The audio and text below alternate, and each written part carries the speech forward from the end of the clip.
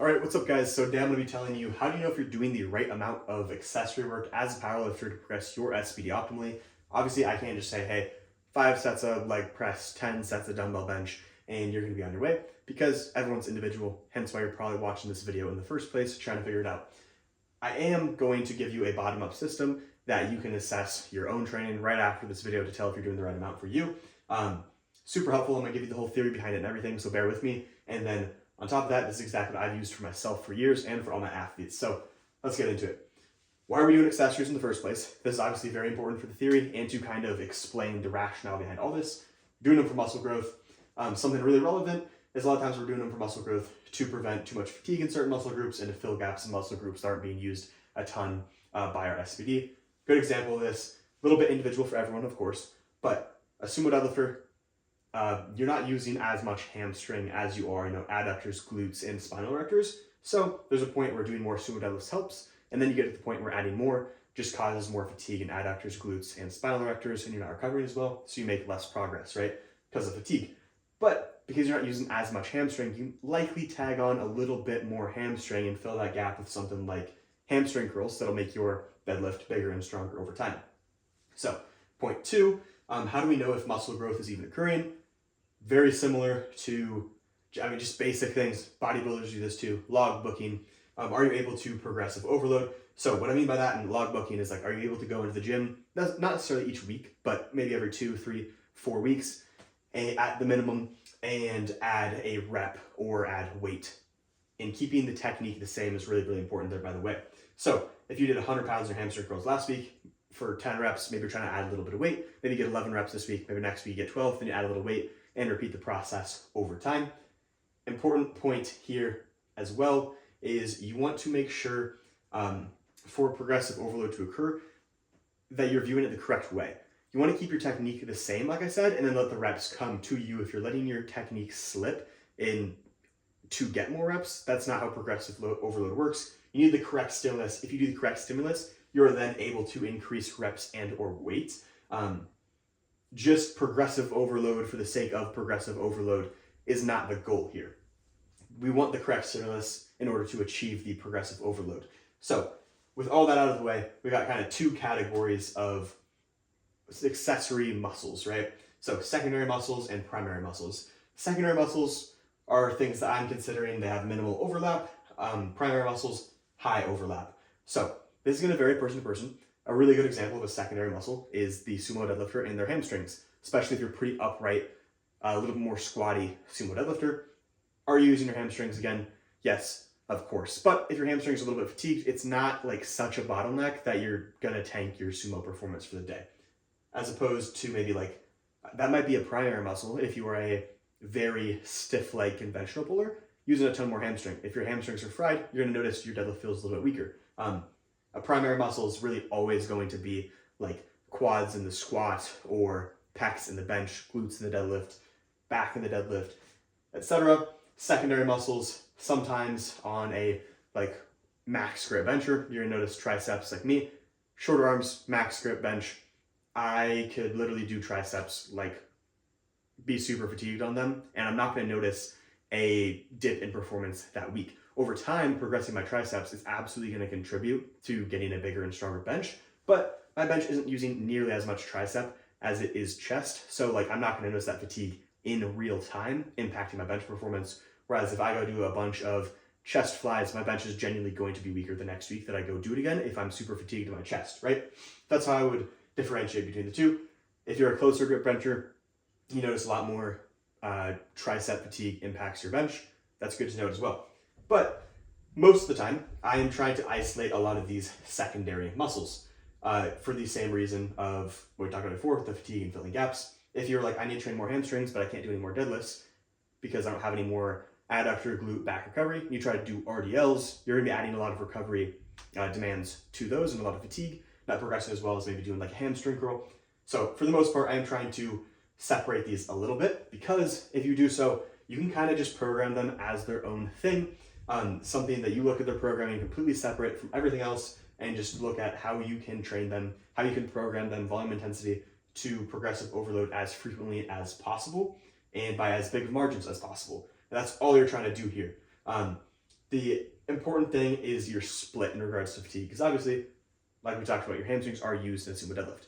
If you deadlift on Saturday, that's your main heavy day, and you do a ton of hamstring work on the Friday, there's going to be enough fatigue that you're probably going to feel it, or maybe increase your risk of injury. But if you do Saturday lifts followed by Saturday hamstrings, even if you're tiny bit fatigued the next week, it really shouldn't be a noticeable amount if it's a true secondary muscle. So, like I said, these, you're just programming them as their own entity and doing what you need to progress them as much as possible with your intelligent training split in mind to mitigate any fatigue. I don't think you need to do a ton. I can't necessarily give you exact numbers. If they're like bigger muscle groups, like a hamstring or front delt, like stuff that's used a lot in the main lift, and they're a little bit bigger than other muscles, especially hamstrings, literally 1 to 2 sets twice a week, I think is a great place to start. If it's smaller muscles that aren't used quite as much, like a tricep in a max grip bench, maybe 2 or 3 sets twice a week is a great place to start, and then assess how your performance is going. If it's going well, keep it the same. If you're not making a bunch of progress, make a little tweak here and there, but that's a great starting point. If you're making progress at all, I don't always think you need to try to find better. Most people that are in the gym aren't making progress, period. It's not like you're like, I'm making a ton of progress, how can I optimize it even farther? Yes, those people do exist, but most of us are not in that position, unfortunately. So don't fall into the grass is greener, need to find my perfect maximum recoverable volume and all that stuff. You're making progress pretty consistently every like 1-2 weeks, especially. I wouldn't really try to tinker with anything. You're probably around the optimal volume for these muscles, right? You can try to mess with it a little bit. If it doesn't go well, just revert back to what you're doing. Not that high risk, but I do think that's an important caveat. As for primary muscles, these are a little bit less straightforward. These have, like I said, high overlap. So really good example is just bench. An accessory for that is hitting your chest is obviously going to impact anyone's bench quite a bit, no matter where you're gripping the bar. So what you're gonna notice is once you've been doing these lifts for a while, not just a couple weeks, because you could do your regular bench, you could add in some pec deck, and your bench could go down because you're just super fatigued, but your pec deck might go up because it's only been a couple weeks of doing it, so your body's getting used to it, making neurological adaptations, and you're still going to be progressing your pec deck, even though you might not actually be growing muscle. But if you've been doing it for maybe 6-8 weeks, you're going to notice primary muscles, the strength on the pec deck or dumbbell bench is going to go up, or maybe an RDL compared to a conventional is going to go up really synergistically with your main SBD. Another good example of this is if you're a pretty upright squatter and you go do a hack squat with a similar stance to your squat, in periods that your hack squat's going well, your squat's probably going to be going pretty well too. Days you come in and your squat feels horrible, assuming you've been doing the hack squat for a while, your hack squat reps probably aren't going to be super great either. So with that being said, I'm just viewing these primary muscle accessories as part of the puzzle for the main lift. So I'm never changing, like if I have a system that's working, I would never just add on more accessory work or more SBD work and assume that they're not impacting each other. It's all the same thing, even though it looks a little bit different. It's almost like how I compare, secondary muscles. Say for your triceps, you're doing push downs on one day and you're doing single arm push downs the other day. Obviously, those are gonna have very, very one-to-one fatigue that's impacting each other. I'm viewing like a hack squat and a squat in a very similar way, or an RDL and a conventional in a very similar way. Even if they are a little bit different, I think that's the best framework to look at it. If they're not, actually first, in regards to this, you're wanting to progressive overload this stuff, of course, as a sign that your muscle mass is going up. In the same way we're trying to progressively overload by technically hitting PRs on our SBD. Same exact thing, we're trying to do that without hindering our SBD.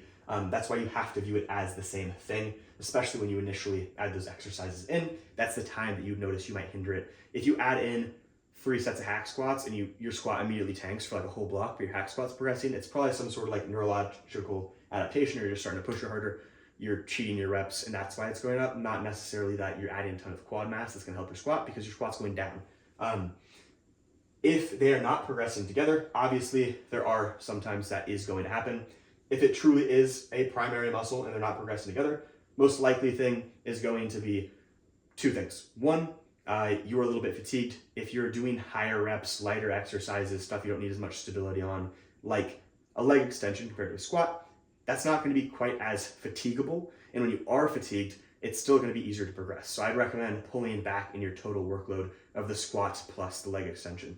If it seems like again, you've been doing this stuff for a while, and one of them is progressive but not the other. Again, with the leg extension example in your squat, there's obviously more components to the squat than just your quads. So maybe your quads are feeling really fresh and they're progressing by 1%. Your squat will go from 100% to 101% if everything else is going perfectly, but maybe you just changed something and you have some posterior chain fatigue that has built up, and now you're fatigued by 2% on that, so your squat's down net 1%, even though the quads are progressing. So it's likely fatigue somewhere if things aren't progressing together and you've been doing the exercise for a while. That's always the first place I would look. As for numbers of sets and everything for this, I guess one, if you're doing accessories in general, for the most part, I'd be pushing them to like an RPE, at least a 7, typically, maybe an 8, 9, or 10, depending on muscle. If it's like triceps, you're not going to kill yourself if you go to RP10. If it's an RDL or hack squat, you might not always want to go to an RPE 10. 7, 8, 9 might be a little bit better there sometimes. But numbers, I can't give you anything perfect. What I would say, it's probably going to be way lower than you would think. I think a lot of people are conditioned from like years ago, probably seeing like 5 by 15s in like bodybuilding magazines that worked its way all through like powerlifting culture. I don't think you need to be doing that. I truly think you can get away with like a handful of sets here as well. Even less than the secondary muscles for the most part. If you're a super bent over squatter, getting a ton of posterior chain work, maybe you need some more leg extensions. Maybe you're doing like 3 really hard sets of quads, you know, maybe it's 2 sets of leg extensions and then a set of hack squats. If you are a squatter that is using a ton of quads already, maybe you're only doing like 1 or 2 sets of leg extensions, or maybe none. But I truly do not think you need to be doing a ton. I think that is only a hindrance. I do not have a single athlete that needs to do like double digits of any primary muscle to progress their best at all. So, hope this is helpful. Let me know if you got any questions in the comments. Let me know if you need any help applying this to your own training. I'm always happy to answer things. But that's it for this video. Hope it helps. If you want help doing it for yourself, I'll put my coaching application in the bio, and I can just do this for you and kind of expedite the process. But if you enjoyed the video and you made it this far, please like, comment, share, and subscribe, and I'll see you in the next one.